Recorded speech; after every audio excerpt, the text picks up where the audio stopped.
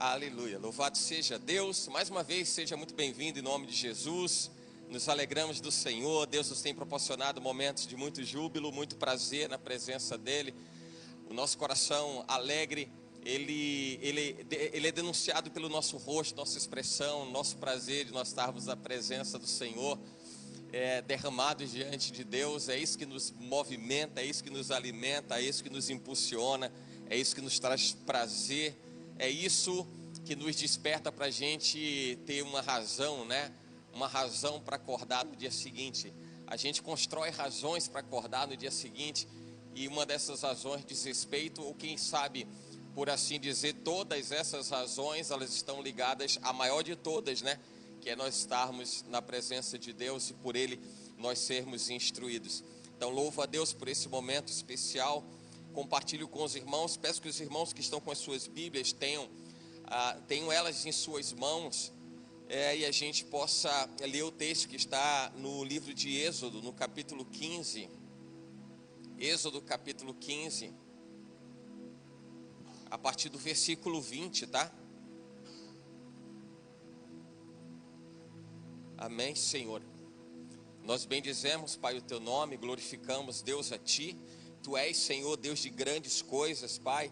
O Senhor, ó Deus, fala, Pai, com profundidade, com intensidade, com fervor aos nossos corações. Cremos, Senhor, que nessa manhã, não diferentemente, Deus, o Senhor está, Pai, proporcionando a ambiência, meu Senhor, está proporcionando, ó Deus, tudo que necessário é para que nós possamos, Pai, abstrair a Tua palavra, receber, Deus, a instrução, sermos movidos, Pai, pelo Teu Espírito.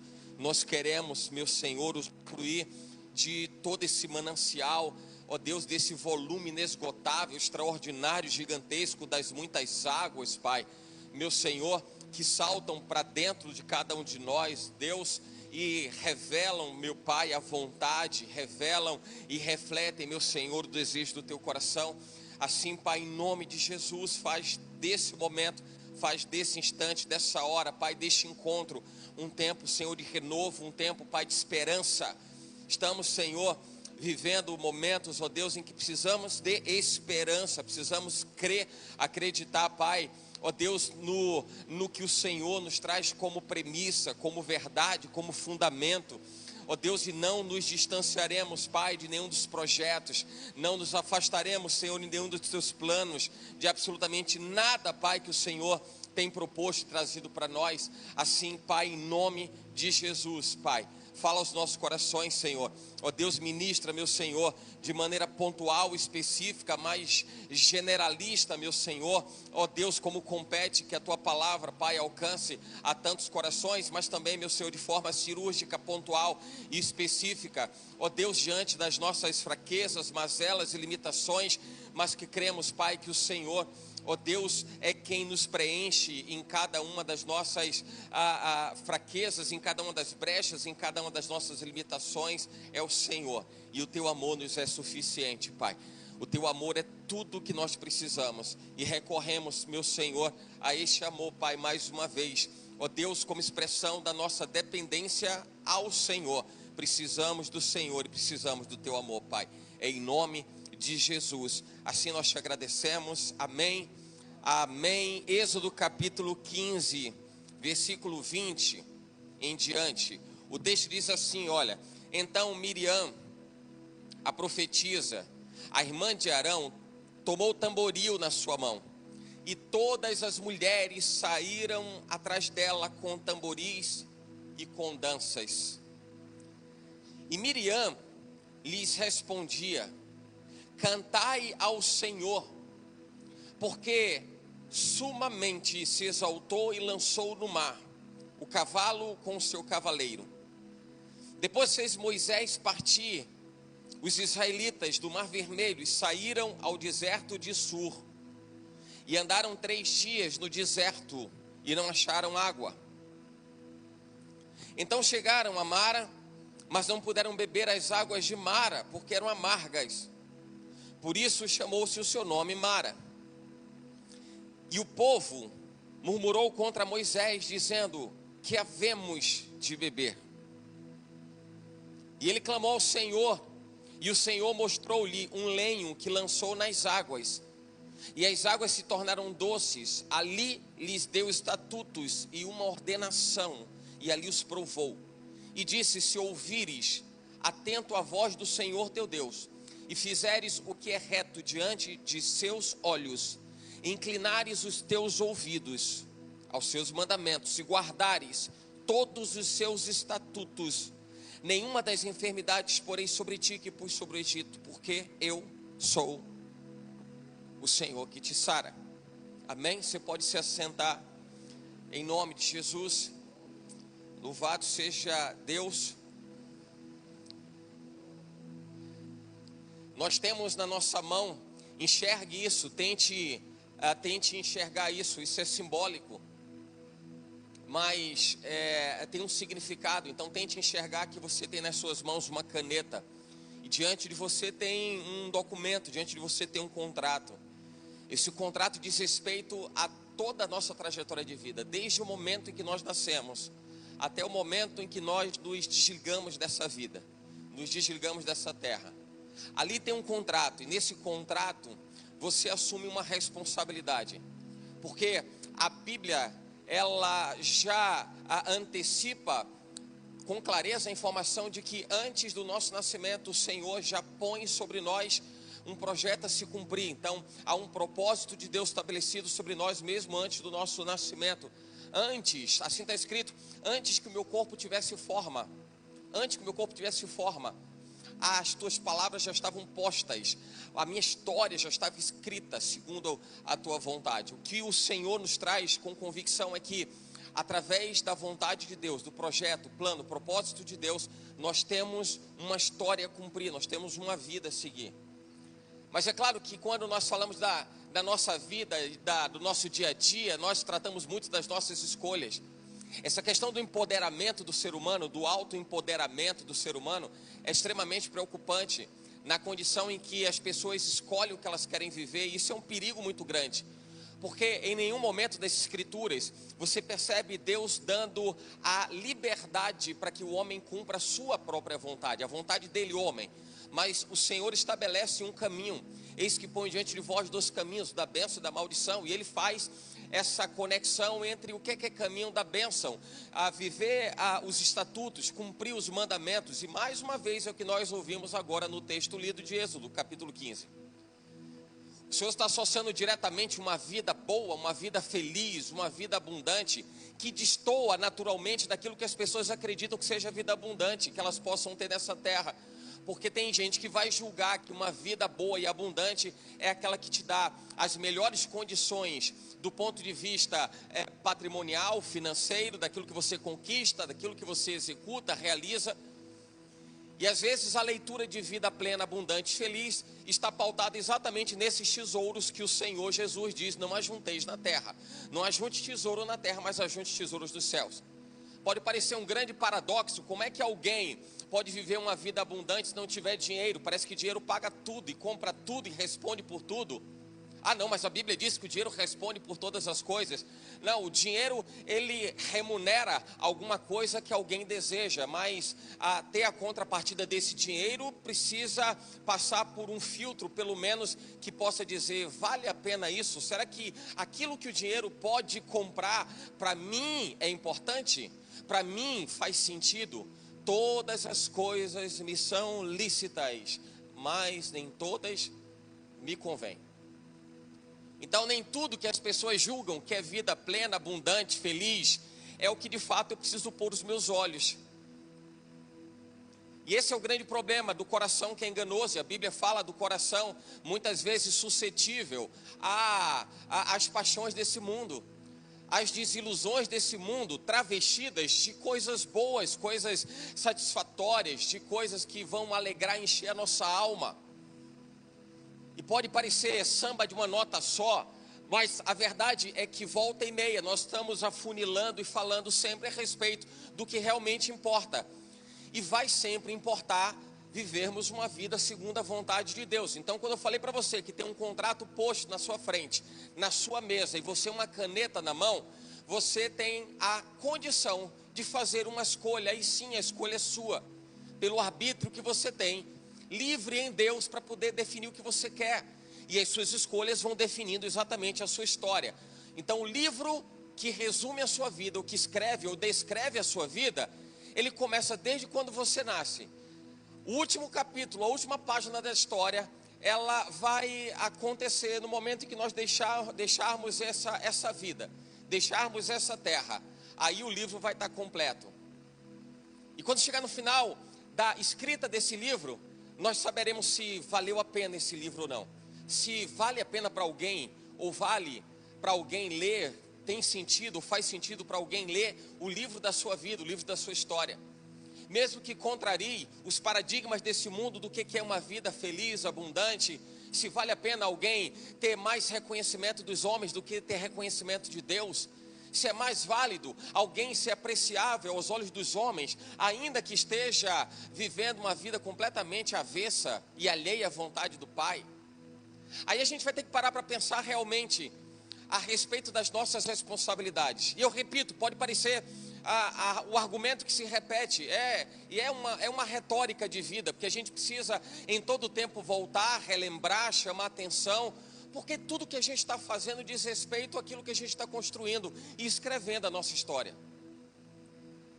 Você assina o seu destino. Você assina o seu destino. Quando Deus dá uma instrução para Israel e orienta Israel a cumprir e viver os seus mandamentos, o Senhor antecede, traz previamente a Israel que tem uma história escrita, tem um plano escrito.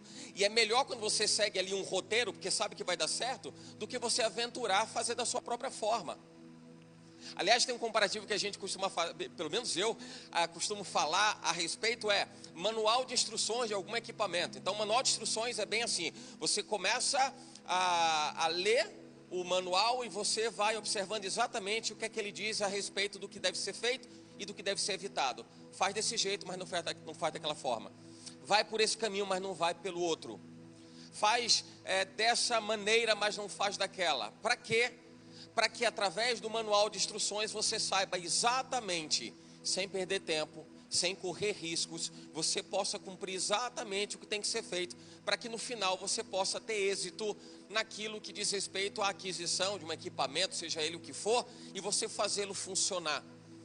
A vida do ser humano é uma vida cujo manual de instruções Deus determinou, escreveu, instituiu e nos deu conhecimento. O mais importante é até entender que Deus nos deu conhecimento.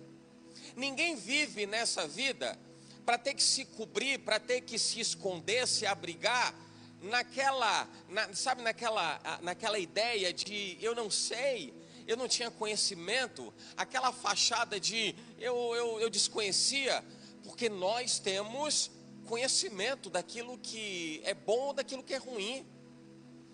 Nós temos discernimento daquilo que é certo e daquilo que é errado.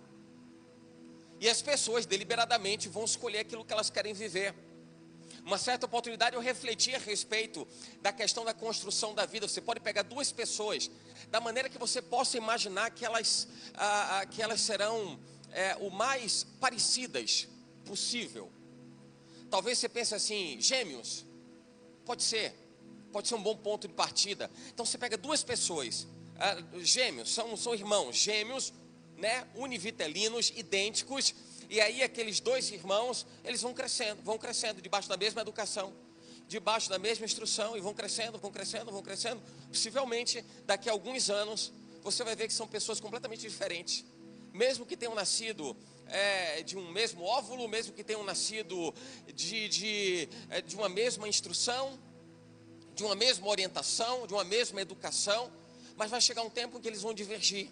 Porque as escolhas elas vão acontecendo na medida em que o ser humano adquire essa suposta maioridade tão desejada para assumir as suas próprias contas, para assumir as suas próprias responsabilidades. Isso é até bonito da gente ouvir. É até bonito a gente alimentar as pessoas assumirem a sua responsabilidade.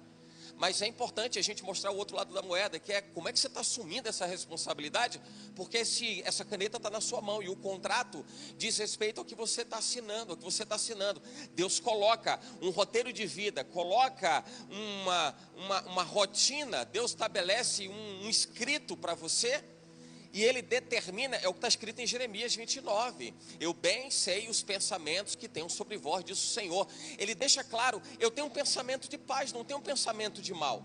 Em outras palavras, Deus está dizendo, eu tenho algo tão bom para você, mas por suas próprias escolhas, você pode estar escolhendo ir para o lado errado. Eu tenho pensamentos de paz, não tenho pensamentos de mal para você. Aí ele fala, para dar o fim que você quer, que você deseja. O que você quer? Se eu perguntar o que você deseja, você vai dizer, eu quero ser feliz. Em uma frase ou uma palavra, o que é que resumiria o seu estado sentimental, o seu estado emocional? O que é que você quer? Eu quero ser feliz. O que é ser feliz para você? Alguém vai resumir o ser feliz em algumas conquistas, realizações, algumas aquisições, mas você quer ser feliz. Aí o Senhor diz, eu tenho pensamentos de paz para você chegar onde você quer. Em outras palavras, ele diz, você pode chegar onde até o seu coração deseja, mas alinhe o desejo do seu coração ao desejo do meu coração. Porque senão você vai divergir do propósito. Você vai divergir do projeto. Eu vou traçar uma linha para você cumprir, para você viver, mas você por suas escolhas. Na medida que você for assinando o contrato, você vai dizendo, eu quero isso, não quero isso. Eu veto isso, eu recebo aquilo. E na verdade, aquele exercício que eu fiz uma certa oportunidade foi mais ou menos assim. Imagina que você tem muitas portas, um monte de porta. E na medida em que elas aparecem, elas surgem para você em cada plano. Então você tem um plano onde você tem algumas portas, você só pode escolher uma.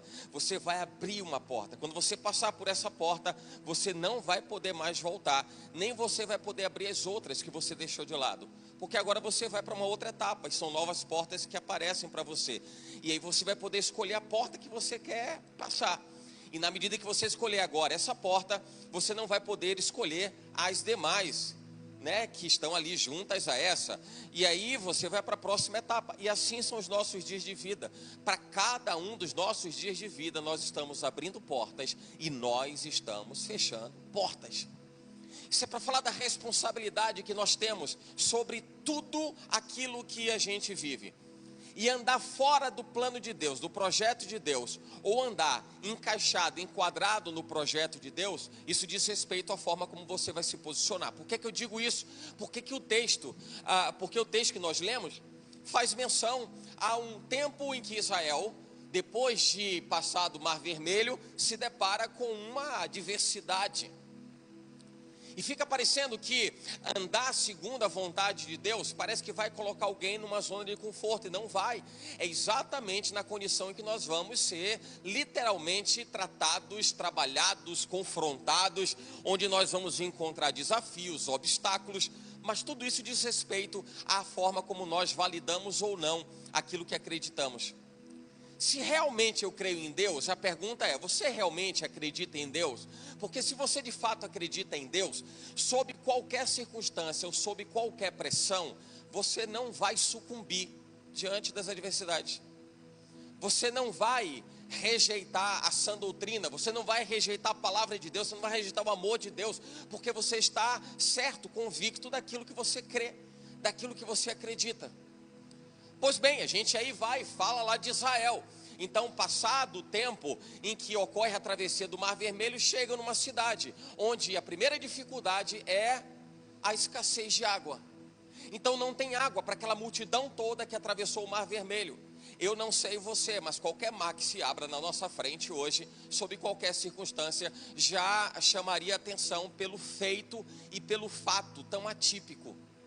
Deus deu esse privilégio e abre um mar inteiro na frente de Israel, abre em duas bandas, dois paredões, para que o povo de Israel passasse no meio em seco. Para que depois que eles passassem, eles vissem a glória de Deus. E isso ficou muito claro quando Moisés disse assim, olhem para eles, porque vai ser a última vez que vocês vão ver eles. Olhem para esses egípcios, vocês vão ver eles pela última vez, não vai ter de novo. Por quê? Deus quer mostrar a glória dele. E assim acontece. O mar se fecha, o exército de Faraó morre e tal, aquela coisa toda. O exército tragado, eles chegam em mar, a primeira adversidade. Quando eles estão chegando, logo depois da travessia do Mar Vermelho, está ali toda cheia de alegria Miriam. E as mulheres pegam os tamboris e começam ali a tocar, começam ali a cantar, começam a se alegrar. Até que ponto vai a sua fé? Até onde você acredita em Deus? Porque aparentemente para Israel a fé foi provada no primeiro instante de adversidade, e na primeira adversidade Israel balançou, porque começou a reclamar de Moisés, começou a murmurar de Moisés a falta da água. Como é que a gente atravessa o Mar Vermelho e falta água? Tem coisas que a gente não consegue dimensionar, né? O que chama mais atenção? A falta da água ou um mar que se abre em duas bandas? Fato que nunca havia acontecido antes. Mas é que a resposta murmuradora do coração do homem, ela parece ser tão mais comum, e ela é tão voraz, ela é tão letal, tão ruim, que as pessoas deixam de olhar para aquilo que é bom. Veja, não foi mais um mar que se abriu que chamou atenção.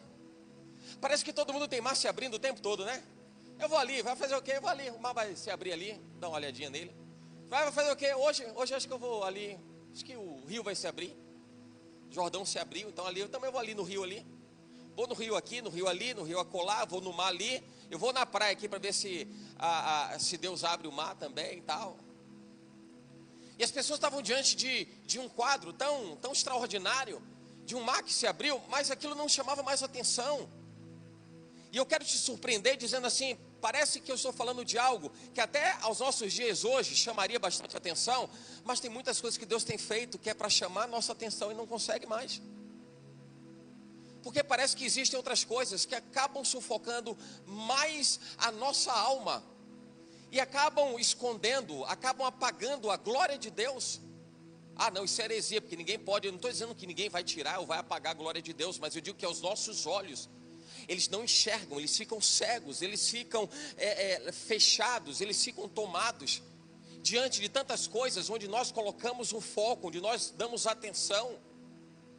E aquilo que Deus faz, que é para a glória dele, parece que fica vazio, fútil, é vão, é trivial, não é importante. Não é importante. Você liga a TV e você vê tantas coisas acontecendo, como as pessoas tiram a vida umas das outras, assim. Como alguém sai de um aeroporto e 2 minutos depois está morto, porque o avião caiu. Eu não sei você, mas isso me chama muita atenção.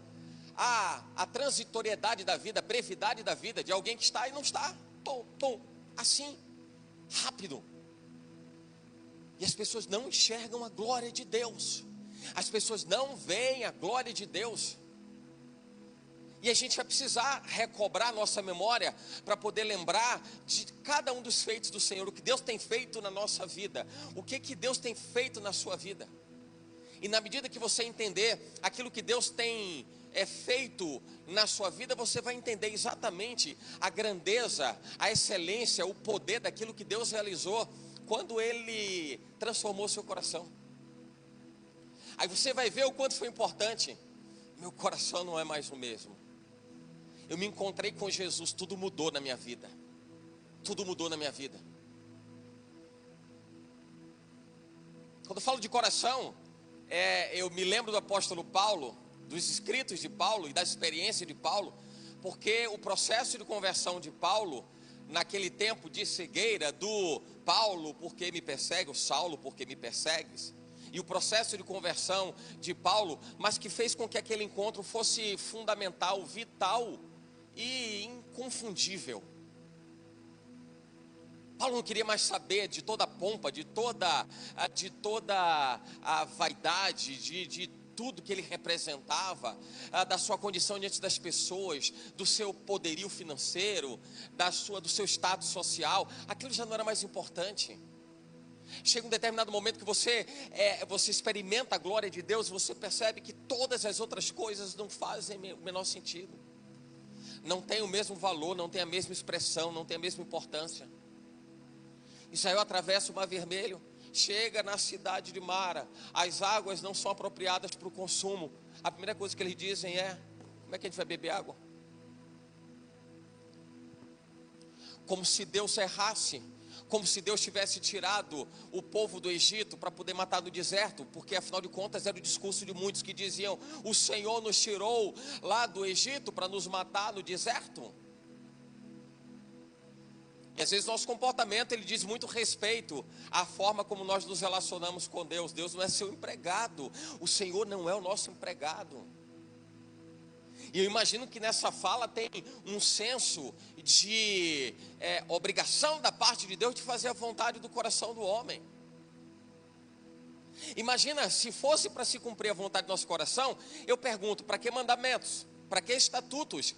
E o Senhor está deixando claro. Aliás, a grande questão nessa passagem é que o Senhor diz: se você cumprir os meus estatutos, se você cumprir os meus mandamentos. Ele chama a atenção novamente. O grande problema está no eixo central de uma vida plena e abundante que qualquer pessoa pode viver, que está dentro do cumprir os mandamentos e viver os estatutos. Você assina o seu destino. Você assina o seu destino. Se lembre que para cada porta que você abrir, você vai fechar outras. Você não é que você vai deixar de entrar em outras, você vai fechar outras. Porque quando você entra por uma, você neutraliza as outras. A nossa vida é dessa forma. A nossa vida é desse jeito. As nossas escolhas dizem respeito àquilo que nós vamos viver no futuro. Um futuro a curto prazo, a médio prazo, a longo prazo, mas diz respeito àquilo que a gente vai viver no futuro. Logo depois do povo de Israel chegar a Mara, primeira coisa que acontece é murmuração. Murmuração. Sabe que murmuração tem sido, talvez, a via mais rápida do homem mostrar sua insatisfação e o seu desejo de mudar alguma coisa que ele não consegue mudar.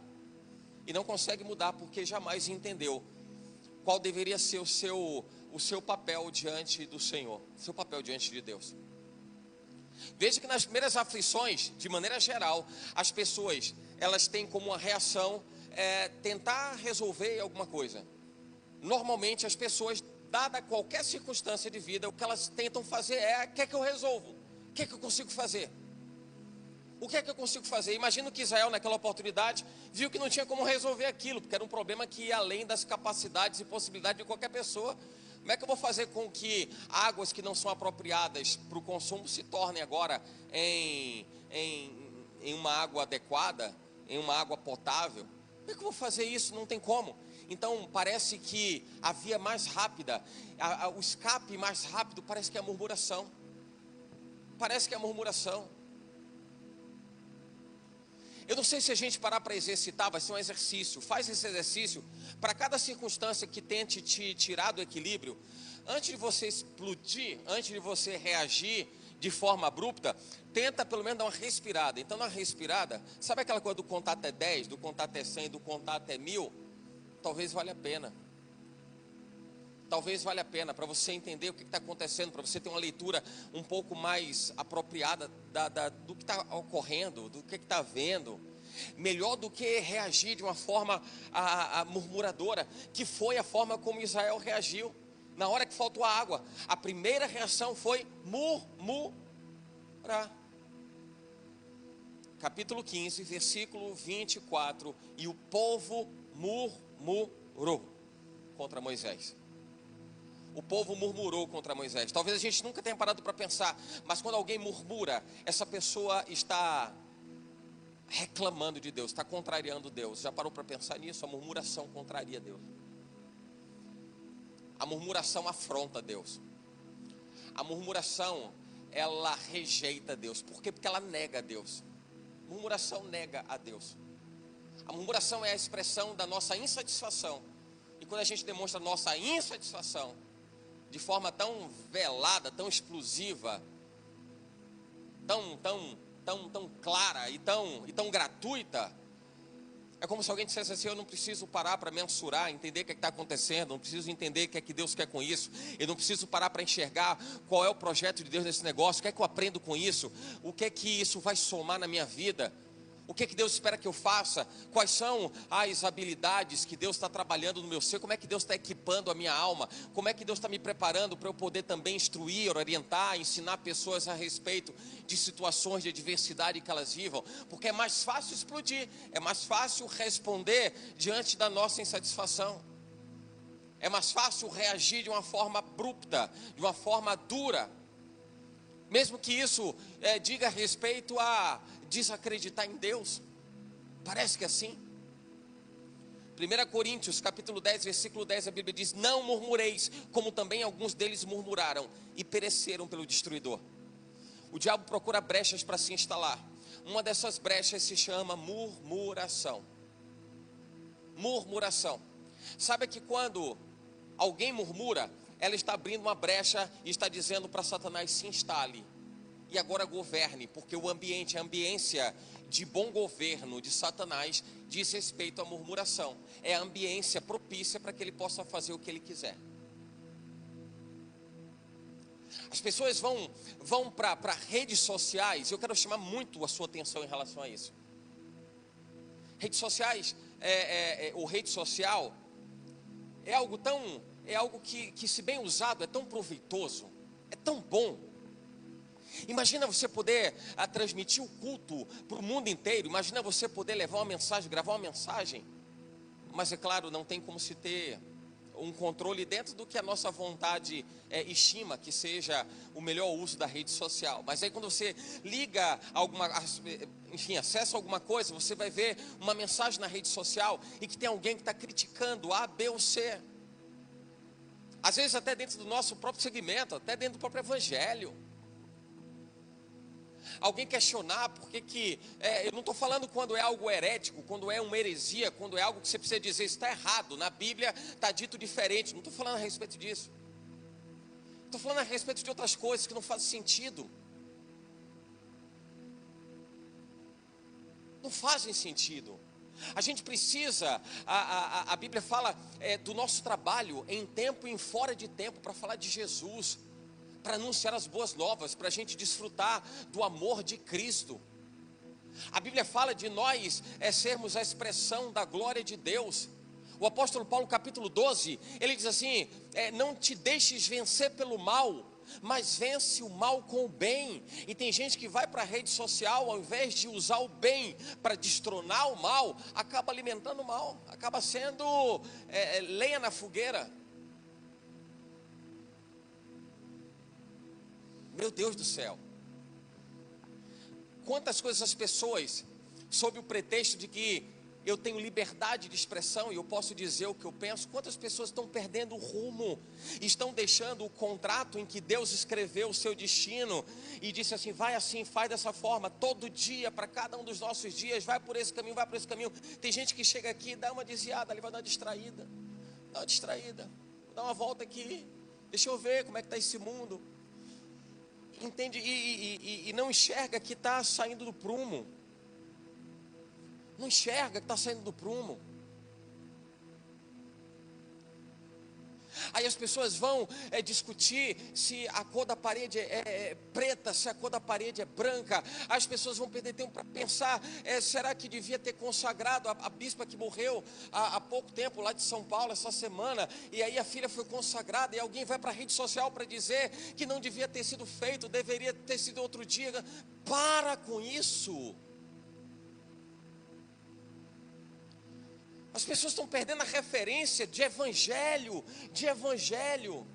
Quando as pessoas param para olhar muito o defeito dos outros, param para olhar muito o que ela acha e entende, ela começa a criar sua própria doutrina de vida. E esquece que Deus está dizendo, viva os meus mandamentos. Esse foi o grande problema de Israel. O grande problema de Israel. E não é pontual, não diz respeito somente a esse trecho histórico que a gente leu, mas diz respeito a toda a história de Israel até os dias de hoje. Olhar para a vontade de Deus. O Senhor deixou claro, se ouvires atento a voz do Senhor teu Deus, fizeres o que é reto. Parece que fica fora de contexto, né? O povo de Israel chega lá na cidade de Mara e diz assim, olha aí Moisés, não tem água para beber. Aí a resposta é, se ouvires atento a voz do Senhor teu Deus. Não, peraí, não foi o que eu perguntei. Não foi a questão que eu trouxe, eu disse que não tem água. Se você cumprir os meus estatutos. Não, peraí, está descontextualizado, está falando outra coisa. Eu estou falando de água, não tem água. Se ouvires atento a voz do Senhor teu Deus. É porque a informação é a mesma. Para de perder tempo com o que te distrai. Para de perder tempo com o que te distrai. E volta para a centralidade, para o eixo da vontade de Deus. Porque você está assinando o seu destino. Não dá para alguém chegar depois e dizer assim: poxa, mas olha a minha vida, poxa, meu projeto. Já vi tanta gente dizendo assim: porque eu tinha um projeto, porque eu queria, eu ia fazer e tal. E começa a churumingar da vida. Peraí, então você está chorando por algo que você queria fazer e não fez? Você está churumingando por ter sido chamado para cumprir um propósito e não cumpriu? Você está chorando? Do que se queixa o homem? Se queixe dos seus pecados.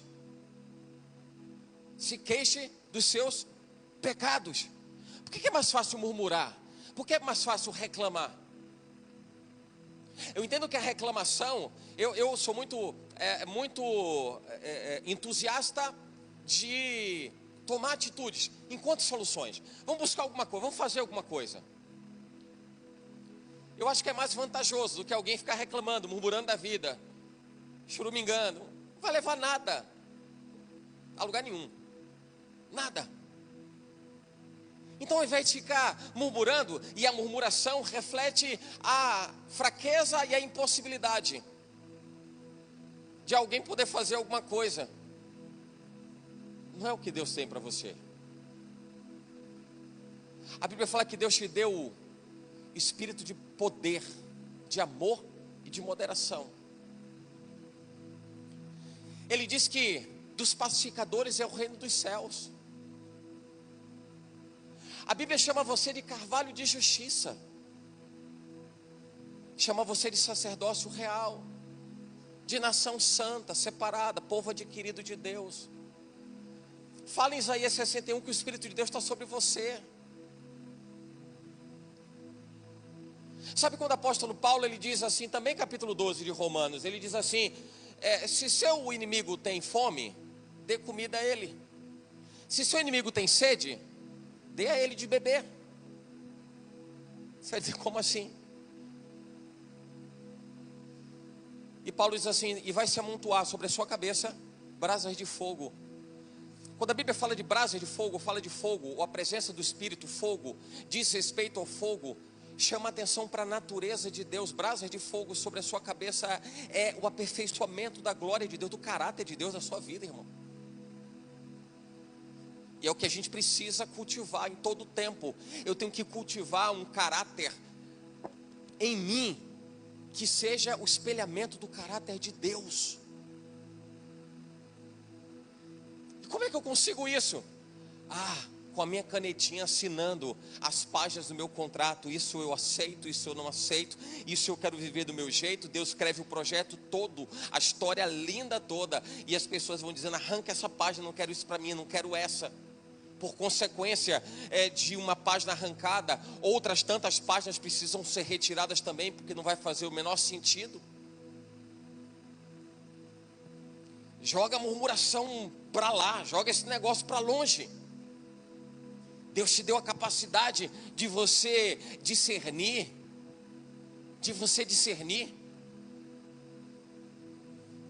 Olha que a instrução do próprio Jesus, e eu quero trazer esse entendimento do inimigo como a expressão da insatisfação. Jesus diz assim: ame o vosso inimigo, bendizei aqueles que vos maldizem. Parece um exercício bem complicado, parece algo difícil de se fazer. Aí diz assim: faça o bem àqueles que te odeiam. E ele fecha dizendo assim: e orem pelos que vos perseguem e vos maltratam. Como assim? É porque eu entendo que agora não vivo mais eu, mas Cristo vive em mim. E eu entendo que esse versículo de Gálatas 2:20 é um versículo chave para a gente entender se eu sou o que Deus quer que eu seja, ou se eu carrego apenas uma justificativa de que eu ando na presença de Deus. Na verdade eu ando na igreja, na verdade eu ando com a Bíblia na mão, na verdade eu ando postando um versículo, mas será que eu ando na presença de Deus? Agora não vivo mais eu, mas Cristo vive em mim. Paulo entende a vida dele agora, a vida que eu vivo na carne. A vida que eu vivo na carne. E eu vejo tanta sinceridade de Paulo que ele diz assim: irmãos, eu vos digo isso, mas não julgo que já haja alcançado, mas deixando as coisas que para trás ficam, prossigo para aquelas que estão adiante de mim. E a gente vai precisar enxergar que o que está diante de nós são as páginas dos nossos próximos dias. Você está assinando todos os dias esse contrato. Você está assinando todos os dias a responsabilidade do seu destino. E no final de tudo, você vai ter validado tudo aquilo que você viveu. E quando chegar no final da jornada, você não vai poder dizer quem foi o culpado. Porque talvez seja essa também uma das grandes saídas, um dos grandes escapes das pessoas, é encontrar um culpado. Não é somente murmurar, mas é encontrar um culpado. O texto de Êxodo 15, 25, a Bíblia diz: Moisés clamou ao Senhor, Êxodo 15, 24, e o povo murmurou contra Moisés, dizendo: que havemos de beber. O povo murmurou contra Moisés, porque precisava encontrar um culpado. Precisava encontrar um culpado. Aí quantas vezes a gente vai precisar olhar para fora, quando é necessário olhar para dentro? Quantas vezes a gente vai buscar no exterior a resposta que a gente precisa buscar no interior? E no nosso íntimo, no nosso relacionamento com Deus, a gente encontrar onde é que estão as mazelas, onde é que estão onde é que estão as brechas, onde é que estão os gaps da vida, onde é que estão esses precipícios aí, o que precisa ser revisto?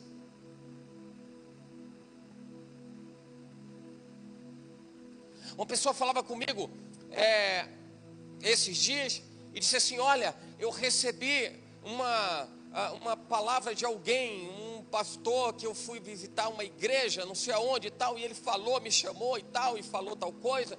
E aí juntou com uma outra experiência que eu tive na semana anterior, e eu estava num determinado lugar, uma irmã tinha ido pregar numa igreja tal, e ela trouxe uma revelação tal, eu disse: pera, calma. Fiquei preocupada. Aí eu disse: peraí, tem coerência nas duas coisas? Tem coerência? Não tem uma coerência direta. Mas fiquei preocupada, porque as duas de qualquer forma fazem menção a um tempo mais difícil, a mais aflição e tal. Espera aí, você está assinando alguma coisa que alguém te falou, com base em quê? É porque é fácil alguém falar, abrir a boca e falar alguma coisa para você, você vai recebendo esse negócio, você vai dizer: é meu. Tem muita gente que é assim, diz alguma coisa, tem gente que vai buscar em um monte de lugar alguma coisa que Deus não preparou. Não é de Deus. Provai os espíritos e vede se é de Deus. Mas as pessoas estão procurando o caminho fácil. A pessoa vive uma vida completamente distante de Deus, mas na hora do aperto, na hora que o parafuso aperta, tem um ditado que diz que a porca torce o rabo. Aí parece que tudo muda, né? Tudo se transforma. Meu Deus, eu preciso. Não é que não vai haver misericórdia, ainda bem que as misericórdias do Senhor se renovam, irmãos, a cada manhã. A causa de não sermos consumidos são as misericórdias de Deus que não acabam. Isso agora não é fonte, misericórdia é fonte. Misericórdia é fonte, misericórdia diz respeito à natureza extraordinária de Deus e perfeita em entender e aproximar um coração pobre e miserável do homem, para que o homem entenda que depende dele. E as pessoas estão querendo encontrar um culpado. Quem é o culpado? E quando essa pessoa falou para mim dos problemas, do que ela havia recebido, e onde é que está o problema, quem é o culpado? Eu disse assim: você precisa cultivar a sua rotina de comunhão na igreja, você precisa cultivar uma rotina de entusiasmo diante de Deus, você precisa cultivar uma rotina de envolvimento, relacionamento. Por que as pessoas estão tratando Deus como se fosse o seu delivery? É o blessed delivery. É a bênção que chega através do anjo que Deus manda para dizer: tome para você, porque você precisa se alegrar. Tome para você, porque você não tem culpa nenhuma, você não tem uma responsabilidade nenhuma. Tome para você, porque você nunca teve a caneta na mão para poder assinar os seus contratos e a sua responsabilidade. Não é assim. Não é assim. Porque tudo quanto pôs homem semear, também se fará. Não é dessa forma. Não é dessa forma. Será que o Senhor, Ele tem mais prazer naquilo que você julga como sendo importante, precioso, especial, para aquilo que você quer viver na sua vida, e que isso te distancie da presença dEle? Você acha? Quando depois de Jesus ter enviado os seus discípulos 2 a 2, eles voltaram e contaram as maravilhas da experiência, disseram: olha, mestre, a gente está muito feliz. Por que você está feliz? Está feliz porque vimos que até os demônios se submetem a nós. Que maravilha, demônio submete. Não, rasteira do demônio, que legal. Crente Karate Kid, né? Aí Jesus diz assim: olha, não se alegre porque os demônios se submetem a vocês. Se alegrem porque os seus nomes estão escritos no livro da vida.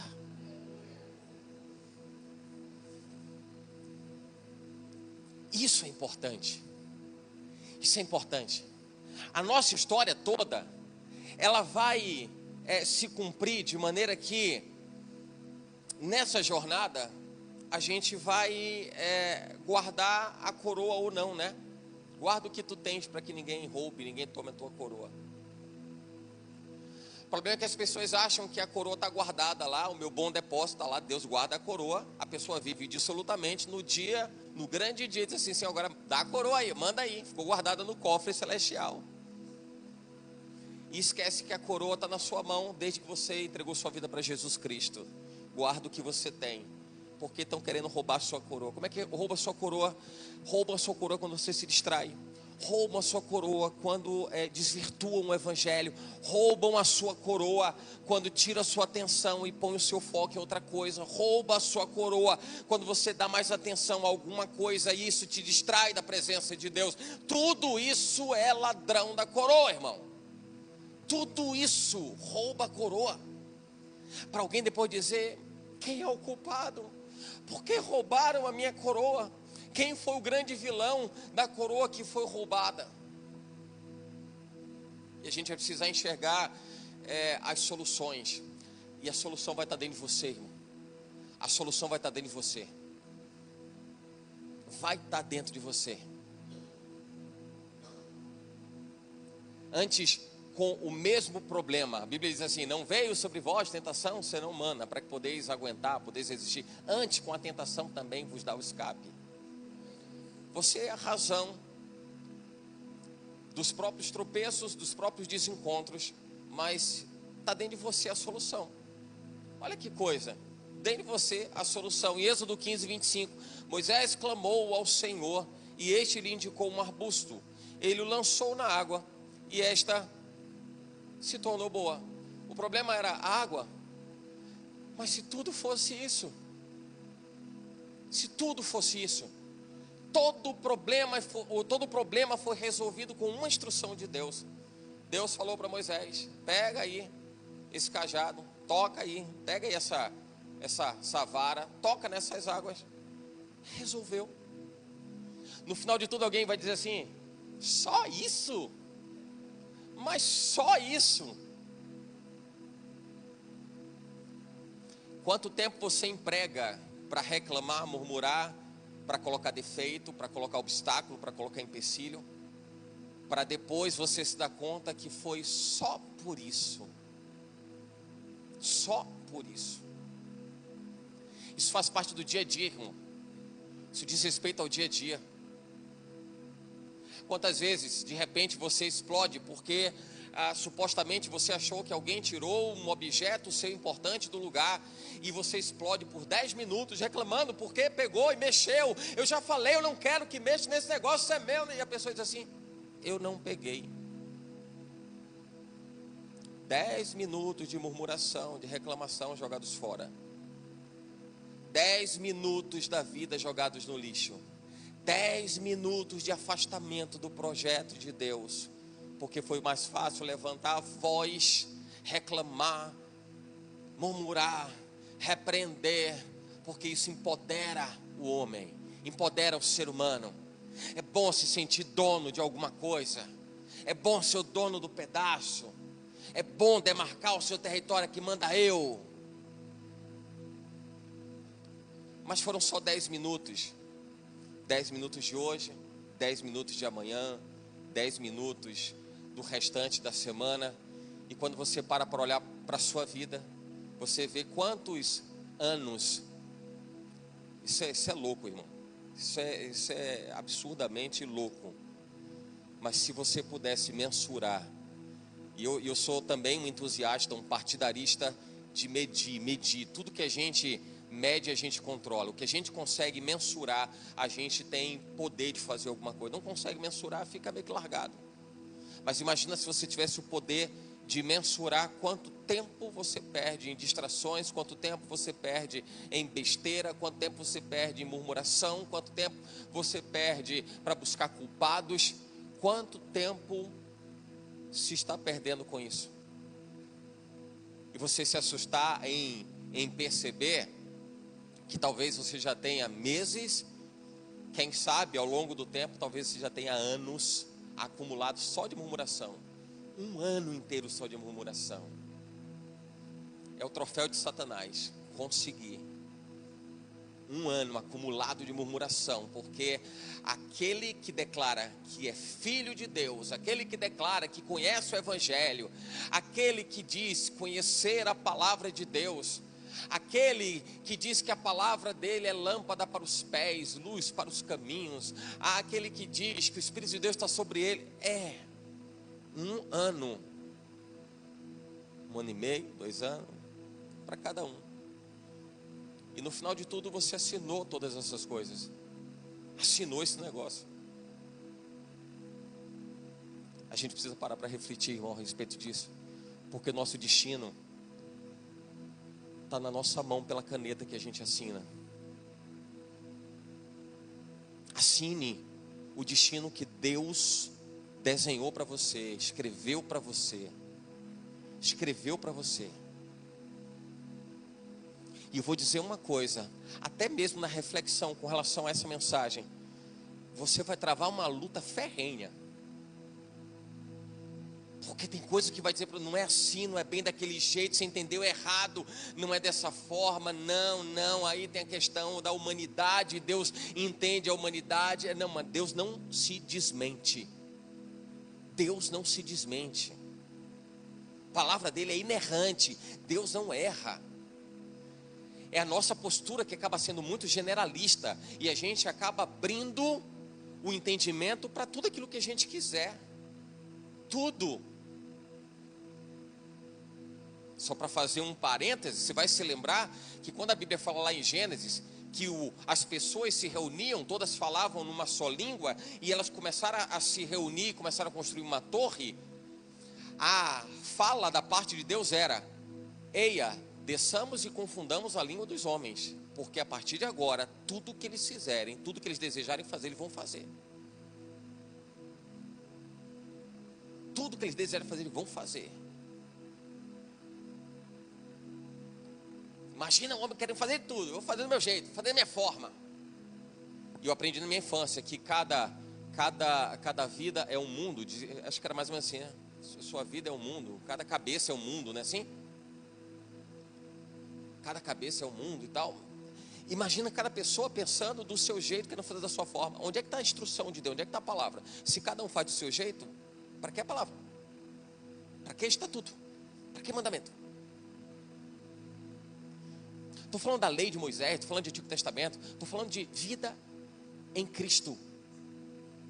Vida em Cristo. Viver segundo a instrução de Deus, segundo a instrução do Evangelho, as boas novas, o Evangelion, as boas novas de Jesus Cristo. A caneta está na sua mão, irmão. O contrato está posto para que todo dia você possa assinar o que você quer viver. Eis que põe diante de vós 2 caminhos. Tem um projeto colocado na sua frente, uma caneta colocada na sua mão, e você assina se você quer ou se você não quer. Quer ou não quer? Arranca a página, mantém a página. Assina aquilo que Deus escreveu para você, ou você vai escrever a sua própria história. No final de tudo, a responsabilidade sempre vai ser sua. Sempre vai ser nossa. Amém? Louvado seja Deus.